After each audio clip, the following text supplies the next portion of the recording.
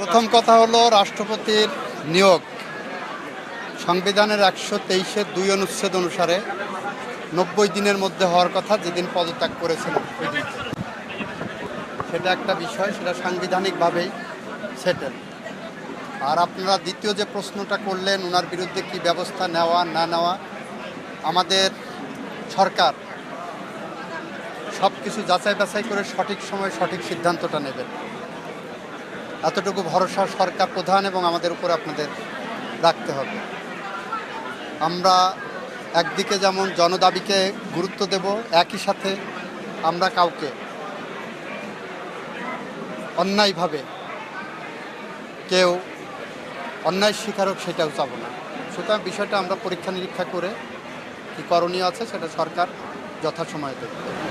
যেহেতু উনি পদত্যাগপত্রে উনি বিদেশ যাওয়ার কথা বলেছেন চিকিৎসার জন্য, সেক্ষেত্রে এখন পর্যন্ত বিদেশ যেতে উনি মানে কোনো ধরনের নিষেধাজ্ঞা আছে কিনা বা আইনগত কোনো বাধা আছে কিনা, এটা হোম মিনিস্ট্রি জানবেন।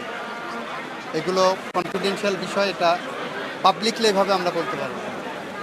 কার নিষেধাজ্ঞা আছে কার নিষেধাজ্ঞা আছে এটা আমাদের রাষ্ট্রীয় নিরাপত্তার স্বার্থে যথাসময়ে এটা প্রকাশ করা হয়। আরেকটা বিষয় হচ্ছে জুলাইয়ের যে মামলাগুলো, ট্রাইব্যুনালের বাইরে যে মামলাগুলো চলছে সেগুলোর অগ্রগতি নিয়ে যারা অপরাধ রয়েছে, এটা আমরা ফাস্ট ট্র্যাকে নেওয়ার চেষ্টা করছি এবং ফাস্ট ট্র্যাকে যাবে অচিরেই, আপনারা দেখতে পাবেন। অচিরেই ফাস্ট ট্র্যাকে যাবে, এটা আপনারা দেখতে পাবেন। সেটাও আমরা যাচাই বাছাই করছি, সেগুলো যাচাই বাছাই করেছি। আপনি দেখেছেন ইতিমধ্যেই আমাদের সংসদে ফৌজদারি কার্যবিধির ১৭৩-এর এ ধারা সংযোজন করে আমরা আইন পাশ করেছি। এই যেটা বললেন মিথ্যা মামলা হয়েছে সেটা কমানোর জন্য।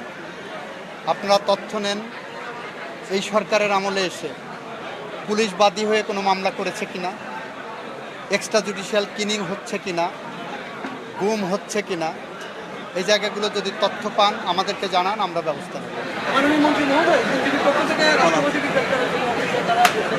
দাবি করতেই পারেন, ওনাদের তো নিশ্চয়ই দাবি করতে পারেন, সেটা আইনসঙ্গতভাবে আমরা